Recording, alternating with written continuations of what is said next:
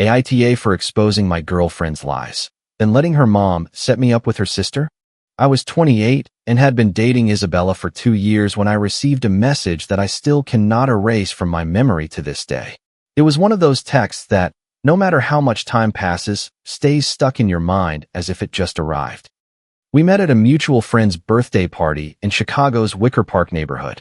She worked in marketing. I was a logistics coordinator. Nothing spectacular or flashy, but it was an honest, stable job, and I was never ashamed of it. From the beginning, she seemed like an approachable, friendly, and pretty grounded woman. For a long time, I was convinced that we were serious, that we were building something real. And then came that Thursday night.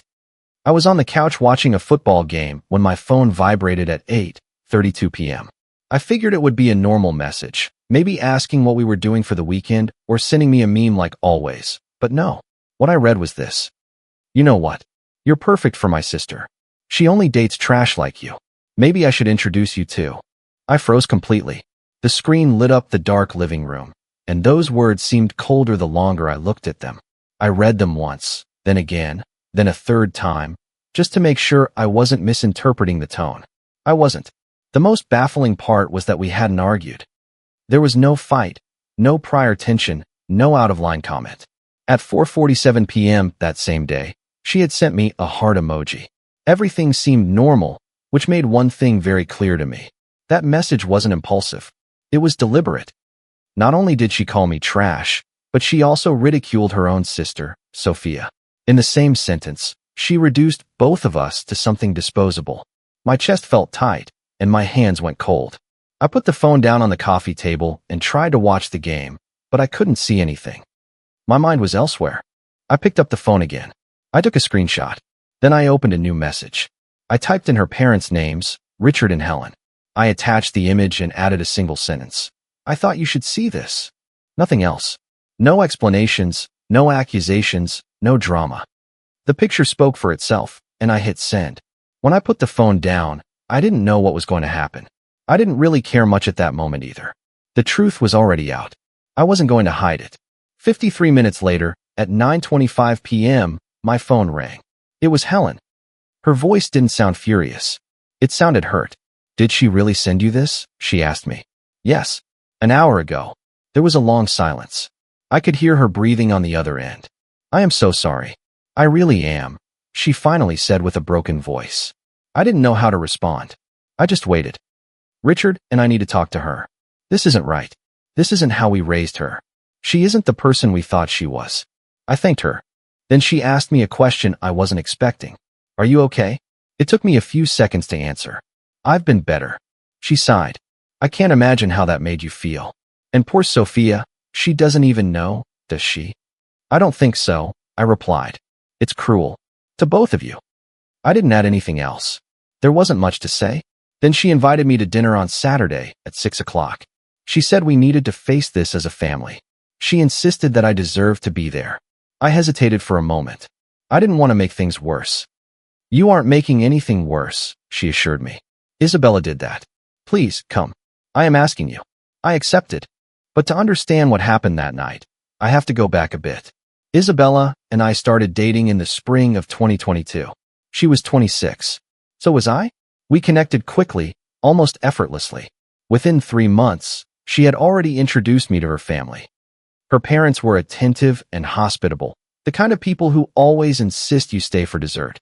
They lived in a beautiful brownstone in Lincoln Park, and every visit ended with coffee and long after-dinner conversations. Sophia, her younger sister who was 24, was more reserved but kind. She worked as a graphic designer and lived in her own apartment in Lakeview. The first year was easy and comfortable. Isabella and I found our rhythm. We went to farmers markets on weekends, watched movies at home, and strolled through street festivals in our neighborhood. We talked about our future without pressure, lightly but constantly. However, over time I started noticing little things. Subtle comments about my clothes, suggestions for restaurants in the Gold Coast that I couldn't always afford, and looks of disapproval when I proposed cheaper options. Nothing direct, nothing upfront, but enough to make me uncomfortable. At a work event of hers, she introduced me to her coworkers with a smile that felt a bit forced. Later, in the car, she told me, "You could have talked more." You were very quiet. I was quiet because I felt out of place. They were talking about vacations in Europe, investments, and second homes on Lake Geneva. I could talk about shipping schedules and freight delays. They were different worlds. On another occasion, she half joked, "You're lucky I'm not materialistic, otherwise this wouldn't work." I laughed. I thought she was exaggerating. Today I understand it wasn't a joke. She compared me to her friends' boyfriends, who were lawyers, consultants, or tech founders in the West Loop with sleek offices and generous expense accounts. I worked coordinating transportation. I made around $65,000 a year. It was a good income, enough to live comfortably, but nothing flashy. She never flat out said it was a problem, but I felt it in certain silences, in some glances, as if I were good enough for now, but not necessarily forever. Still, she told me she loved me. She talked about moving in together. She would send me listings for apartments in more exclusive neighborhoods. I believed her. I really thought we were moving forward until that message arrived. And 3 days later, there I was, sitting at her family's table for Saturday dinner. When I walked in, Isabella smiled at me securely, calm, almost confident. She seemed convinced that I had gone there to apologize, to smooth things over, to pretend nothing serious had happened. But her mother had other plans. I had said yes to Helen and hung up the call. Barely 10 minutes had passed when my phone vibrated again. This time it was Richard. I saw the message. "It's unacceptable. See you Saturday." Nothing more, no fluff, no long explanations, direct and blunt. It was very much his style.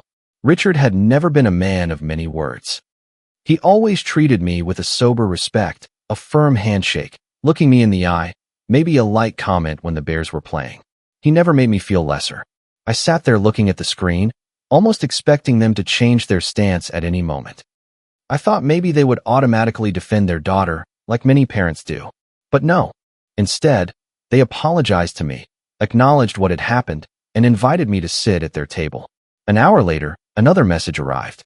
This time it was from Sophia. "Thank you for showing them. She has been like this for years, they just didn't see it." That message left me thinking for a long time. Sophia had known about that side of Isabella for a while. It wasn't anything new. I didn't know how to reply. I felt like any words would fall short, so I stayed silent. Friday was a blur. I went to work as usual and answered emails.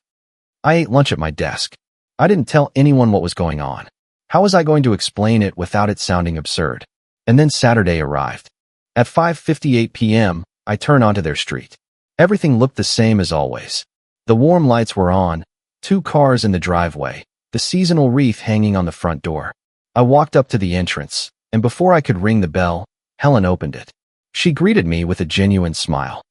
It wasn't a happy one, but it was sincere. "Come in," she said softly. I walked in. The house smelled of garlic roasted chicken. It was that familiar scent that had previously made me feel like part of something. Isabella was in the living room looking at her phone. When she looked up and saw me, her expression changed. First surprise, then something else, a sort of arrogant confidence. She was convinced I had come to ask for forgiveness, to smooth things over, to fix the misunderstanding. She thought I was going to cave. I wasn't. "Dinner is almost ready," Helen announced. "Let's take our seats." We went to the dining room. The table was set for 5. Richard took the head of the table. Helen sat at the opposite end. Then I noticed something. Helen pointed to the seat next to Sophia. "Sit here." Isabella's smile faltered for just a second. I settled in next to Sophia. She gave me a slight nod. Her eyes were calm, but they conveyed something else. Support. Isabella was seated across from us, next to her father. Her gaze darted from one to the other, trying to read the room. "How cozy," she said, forcing a laugh. "Just like the good old days." No one answered. Helen served the food. There was chicken, mashed potatoes, green beans, and freshly warmed dinner rolls. It was a typical dinner, just like so many others we had shared. Except that night, the silence was heavy. Richard served himself slowly with measured movements. Helen asked Sophia how her week had been. She replied calmly, "A new client, tight deadlines, nothing out of the ordinary." I cut my chicken without looking up. I hadn't gone there to cause a scene. I was there because I was asked to be. Isabella tried to take control of the conversation. "And how is work?" she asked me. "Fine," I answered, nothing more. Her annoyance was obvious. Then she looked at her mother. "Mom, didn't you say tonight was a special dinner?" Helen didn't look up. It's not special. It's necessary. Isabella's smile stiffened. Necessary for what? Helen put down her fork, wiped her mouth with her napkin, and looked her right in the eye. To talk about respect. The silence was immediate. Respect, Isabella repeated. Yes, respect for people, for family, for someone you claim to love. Isabella's face began to turn red. What are you talking about? Helen took out her phone, opened the message, and slid it across the table until it was right in front of her. The screenshot was plainly visible. Isabella's eyes widened. She looked at the phone, then at me, then back at her mother. That's private, she said. It's cruel, Helen replied firmly. And not only did you insult him, but you also insulted your sister. You called her trash because of the kind of men she chooses. Isabella looked at Sophia, expecting her to play along. Sophia held her gaze, impassive. It was a joke, Isabella said. We always talk like that, right? Sophia replied in a low but clear voice. No, we don't. Isabella was speechless for a moment.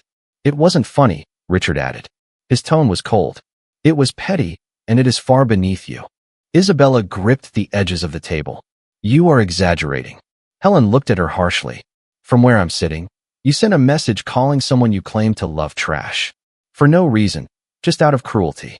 Isabella glared at me. You sent that to them? Yes, I answered. You violated my privacy. You violated something much more basic, Helen cut in. Decency. Isabella stood up abruptly. The chair scraped against the floor. I can't believe this. Everyone ganging up on me over a simple text.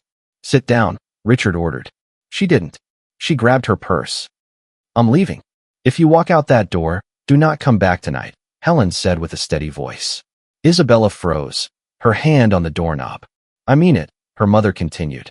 Sit down, apologize, or leave and reflect on what you are turning into. Her face tensed up. She looked at me, then at Sophia, then at her mother. Finally, she walked back to the table and sat down, but she didn't apologize. The silence dragged on. Helen kept eating. Richard drank some water. Sophia pushed her mashed potatoes around without an appetite. Isabella stared at the table. At one point, Helen leaned back slightly in her chair and said, looking first at Sophia and then at me, at least one of my daughters has good taste. Sophia smiled discreetly. It was a small smile, but sincere. Isabella went pale. What I saw on her face wasn't just anger. There was shame and a bit of panic. She didn't speak again for the rest of the dinner. We ate in silence. Then Helen served apple pie. Isabella didn't even touch hers. I ate it slowly, though I couldn't taste anything. When we finished, Helen cleared the plates. Richard retreated to his home office. Sophia hugged me by the entrance before I left. Thank you, she whispered, for not letting this slide. I nodded silently and walked toward my car, feeling that something had changed forever. As I was getting to my car, I heard footsteps behind me. Isabella was following me. Wait, she said. I didn't stop. I opened my car door. Wait, she repeated. Louder this time. I turned around. She was about 10 feet away with her arms crossed and her face tense, full of rage. You had no right to do that. And you had no right to say what you said, I replied calmly. It was an insult, not just to me, but also to your sister. She took a step closer. Her voice began to rise. You're exaggerating everything. You're blowing this way out of proportion. You're making me look like a fool in front of my family. Your parents don't see it that way. She clenched her jaw. You know how they are. They always dramatize everything. No, Isabella, not this time. I looked straight at her. I'm done. Done? She repeated. Yes, done. Not just because of the text, but also because of these last 2 years. Feeling like I'm never enough for you, because of every comment about my job, my clothes, my salary. Because of how you introduced me to your friends, as if I were a work in progress instead of a whole person. She blinked, surprised. That's not fair. It's the truth. You never directly said I wasn't on your level, but you didn't need to. At that moment, I saw movement behind her. Sophia was standing in the doorway, silent, watching with her arms crossed. She didn't step in. She just watched. Isabella noticed, turned toward her sister, and then faced me again. Her expression shifted. Then go see if I care. I will. You're going to regret this. I shook my head. No, I won't. I got into my car and drove off. In the rearview mirror, I saw her standing rigidly in the driveway, while Sophia remained behind her without moving. That night, my phone started buzzing nonstop. I had been added to a group chat called Family and Close Friends. I didn't know who had created it, but the messages started pouring in one after another. Sophia, I am proud of you for standing up for yourself. Helen, you deserved better tonight and always. A distant cousin, Andrew, wrote. She said the same thing about her last boyfriend. She called him a loser behind his back. I heard her 2 Christmases ago. Then Helen's sister chimed in. She's always been like this. We've been worried about it for years. Another message read. Someone had to set a boundary with her. The chat wouldn't stop. 15 messages. 20. 30. People who barely knew me, who I had only seen once or twice at family gatherings, were speaking with total clarity. And the most striking part was realizing something. No one was defending her. Andrew's message stood out to me the most. It wasn't an isolated incident. It was a pattern. I set my phone on the table and took a deep breath. I didn't feel anger nor sadness. What I felt was clarity, a clean, firm feeling.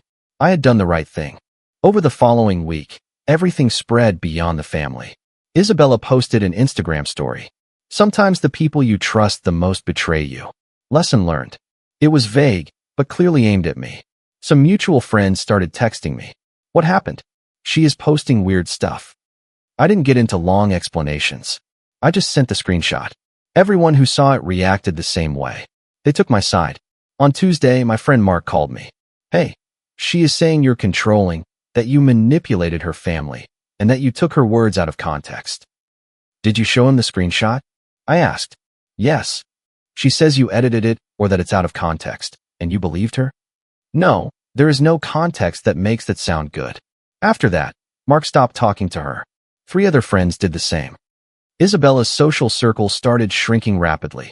The screenshot began circulating in private chats, direct messages, and casual conversations. She tried to spin the narrative with another post. When someone shares private messages without permission, it says more about them than about me. But it was too late. The damage was done. Even a co-worker of hers, who I had only met once at an event, messaged me. I always thought she was a bit condescending. This confirms it. I am sorry you went through that. Isabella called me once. I didn't answer. Then she sent a text. Can we talk, please? I blocked her number. 2 weeks later, Sophia texted me. Hardly anyone is talking to her. Mom and Dad are keeping their distance. She asked them for rent money, and they told her no. I didn't ask for more details. It wasn't my business anymore. A month later, Sophia and I met up for coffee. It wasn't a date. We were simply 2 people who had weathered the same storm. We sat on the patio of a coffee shop in Wicker Park. The sun was setting softly. She ordered a latte. I got an Americano. She moved, she told me. She got transferred to another city, I think Denver. Good for her. She looked at me. Are you okay? Yes, really. She stirred her coffee thoughtfully. She called me last week. She wanted to explain herself. I didn't pick up. You don't owe her anything. I know, but she is still my sister. Being family doesn't mean you have to put up with everything. She studied me for a few seconds. You didn't forgive her. No. She smiled faintly. Good. We kept talking for almost another hour about work and everyday things. It was a light, tension-free, natural conversation. When we said goodbye, she hugged me. Thank you. You taught me that it's okay to walk away from people who hurt you, even if they are family. I went home feeling lighter than I had felt in a long time. 3 months later, I moved into a larger apartment in a better neighborhood. It had hardwood floors and a balcony overlooking a park. It was a place where I could breathe. I also got a promotion, more responsibilities, and a higher salary, $85,000 a year. It's not a fortune that changes your life overnight, but it's enough to feel stable and at peace. And I started dating someone else. Her name is Grace. She is a 5th grade teacher. She works in education and has an admirable amount of patience. She is kind, thoughtful, and notices the little things. When she asks me how my day was, she actually listens. She never compares me to anyone. One night, during dinner, she asked me about my previous relationship. It ended badly, I told her. How badly? She sent me a text calling me trash. I showed it to her parents, and they took my side. Grace put down her fork. She called you trash? Yes. And her parents supported you? They did. She nodded slowly. You deserve way better than that. I smiled. I know. Sophia and I still keep in touch every now and then. We don't talk all the time, but enough to maintain a calm and genuine friendship. We keep in touch in a simple way. She sends me funny memes, and I share design trend articles I think she might find interesting. It is a lightweight dynamic, with no tension or hidden agendas, just pure friendship. One Sunday afternoon, she called me. "Isabella wants to apologize," she said. "She asked me to find out if you would be willing to talk to her." I didn't have to think about it much. "Tell her I'm fine," I replied. "I don't need her to apologize. There is no need." There was a brief silence on the other end. "Are you sure?" "Yes. I've already closed that chapter. I don't need a conversation to move on." Sophia didn't push it. "Okay, I will tell her." We hung up. And the funny thing is, I didn't feel guilty nor conflicted. There was no anger or resentment, just nothing. I don't think about Isabella much anymore. And when I do, my mind goes back to three things: the text, the dinner, and that phrase from Helen. "At least one of my daughters has good taste."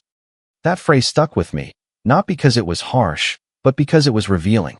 Isabella genuinely believed that I was beneath her, that I was insignificant, that she could treat me with condescension and I would just take it. She thought her comments, her disguised jokes, and her cruelty wouldn't have any consequences. She thought I would stay quiet. But someone who is trash, like she said, doesn't act like that. Trash doesn't calmly expose the truth. Trash doesn't sit at a family dinner table without losing their composure while everything falls apart around them. Trash doesn't walk away with dignity. But I did. There are people who believe love makes up for everything. I don't think like that anymore. Love without respect is useless. Without kindness, it's useless. Without decency, it's useless. And that was what was missing. Her parents understood that, and so did her sister. In the end, everybody got it. Today, I am not angry. I am not resentful. I am free. And that feeling is worth more than any belated apology. Some have asked me if I regret sending the screenshot. No. Others ask if it hurts me how things ended up for Isabella. It doesn't. She made choices. She chose cruelty. She chose to insult me and her own sister in the same message. She chose to believe nothing would happen. I simply decided not to allow it. Helen and Richard still invite me to family gatherings from time to time. Last month, I went to a barbecue at their place. Isabella wasn't there. Sophia was. And so was Grace. We made guacamole, ate in the backyard, and laughed about silly things. It was a normal, peaceful afternoon, with no tension, with no awkward silences. That is how life should feel. Without walking on eggshells, without wondering if you are enough, without apologizing for existing.